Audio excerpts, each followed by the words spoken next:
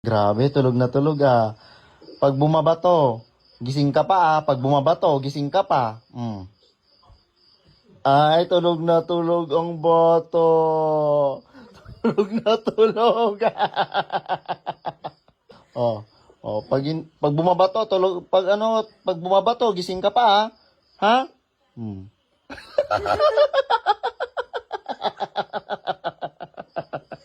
Oh, baba mo na, baba mo na.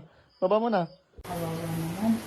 Isan na hindi pa yung tulog pag sinusunod talaga yung ginagawa. Hindi, tingnan mo. Kasi sabi nila, pag yung tao tulog na, nakataas lang yung paan. Pag bumaba, yung ibig sabihin gising. So, tingnan mo. Ah, tulog na yan. Tulog na. Hindi pa yung tulog, hindi nila Tulog na yan. yung mga salita eh. Hindi nga bumababa, oh. Kaya tingnan natin yung kabila. Pag ito bumaba, ibig sabihin gising pa yan. Pero pag hindi niya ito Ay, tulog na tulog. Nagkusa pa. Mukhang tulog na tulog. Tulog na nga tulog siya. gan. Kita mo ang himbing mo ngayon, oh. Tapos pag tinaas na yung kamay niya sa kanan, pag kinamot niya yung ulo na, tulog na yan.